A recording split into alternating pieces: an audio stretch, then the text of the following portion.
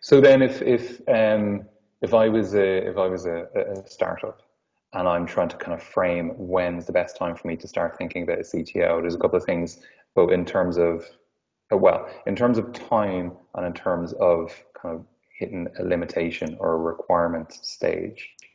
Um, how do you identify when it's appropriate for that startup to come in? So is there a typical kind of like, do you see most people needing a CTO within 6 months, which is a very hard kind of, it's the how long is a piece of string question, or is there certain criteria when you start seeing a company, a new startup kind of hit particular stages of growth, or is there points at which you kind of go, yeah, here's the indication you need a CTO because this particular aspect is failing or this particular performance rate is kind of dropped? What's the sort of, I suppose, checklist from your perspective as you look in and from their perspective as they look out that they should kind of go, here's when we need a CTO? So my analogy in all of this is always about building a house, right? Okay. So if you come out and say, I want to build a house, you hire an architect pretty much straight away, right? Because unless you are yourself are an architect, you're really not going to understand all the different bits and pieces. Like, what materials do you use? How big should the bedrooms be? How should the flow of the house be, et cetera, et cetera. Right?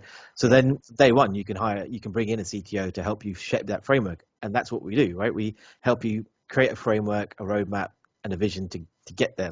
And the architect doesn't build the house, but they find the builders, they find the right builders, and they find the right electricians, the right plumbers for what it is you need. And you could be trying to do something complex, so you need to get someone with that specific knowledge, right? Mm-hmm. Whether it's a plumber or electrician or whatever it is, if you're trying to network your house, it may not be that the person down the road can do that for you. You might need to get a specialist in for you, and that's Yeah. what we do. So we come in and we say, look, okay, you're trying to build this. In order for you to build this, you need to go and do these things, and in order for you to build these things, you need to go and get these people involved, because yes, you could go to a normal dev house in, let's say, India to build it, but they are not going to have the specific skills you need in this one or two areas, right? Because it could be, I don't know, making a smart home. Not every builder can make a home smart. You know what I mean? So Yeah. that's the analogy. But what we do say to companies is that you don't need a CTO full time. And that's where the virtual on demand aspect comes from Atom CTO. It's because a lot of people initially, and again, this comes from that post 2000, crisis, everyone would say, yeah, you got to get a CTO in, give them equity, they've got to be part of the business. And like, why? It's your business idea. Why do you need to bring someone else in and hand them a chunk of your company? Yeah. Because that's a very, it's your business. It's a very personal thing. Mm-hmm. And you have to then be very sure that this person is going to go on that journey with you for a very long time. Yeah. And you can't, because that person, unless they are your friend who you started this business idea with. If you're bringing someone in from the outside, you can't trust that. You don't know them that well. You might know them well, but you may not know them that well, right? Mm-hmm. So why hand over? And there are plenty of horror stories that I can tell you where, people have given chunks of their business to people, and one story was that guy gave 24% to the CTO and then fired him within 6 months, and he still had 24%. And this guy then was being able to make decisions on the company, had to be KYC'd, all of these kinds of things, right? Yeah. On the business 3 years later, when he had nothing to do with that company, and he was making money out of them, right? Or he had some sort of, maybe not getting dividends, but he was getting, growth in his initial investment. So And so why do that?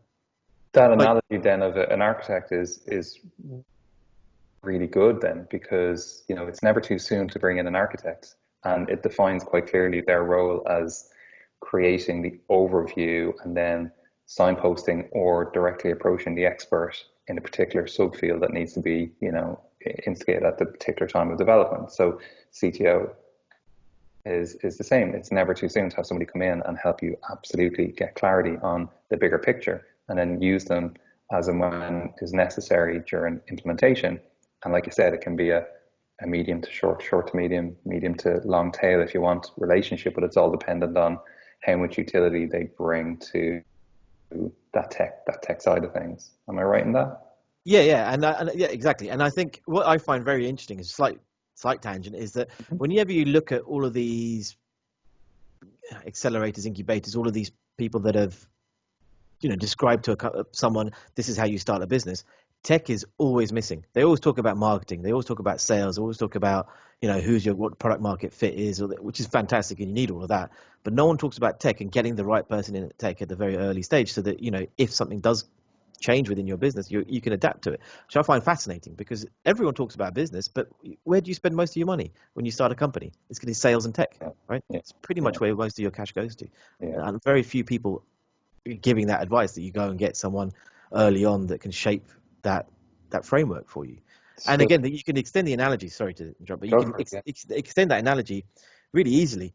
In if you look at, okay, I want to build an extension. So my house is there. It's great. It's fantastic. I've lived in it for a few years, but now I want to improve it and I want to, I want to create more space. I've got a bigger family.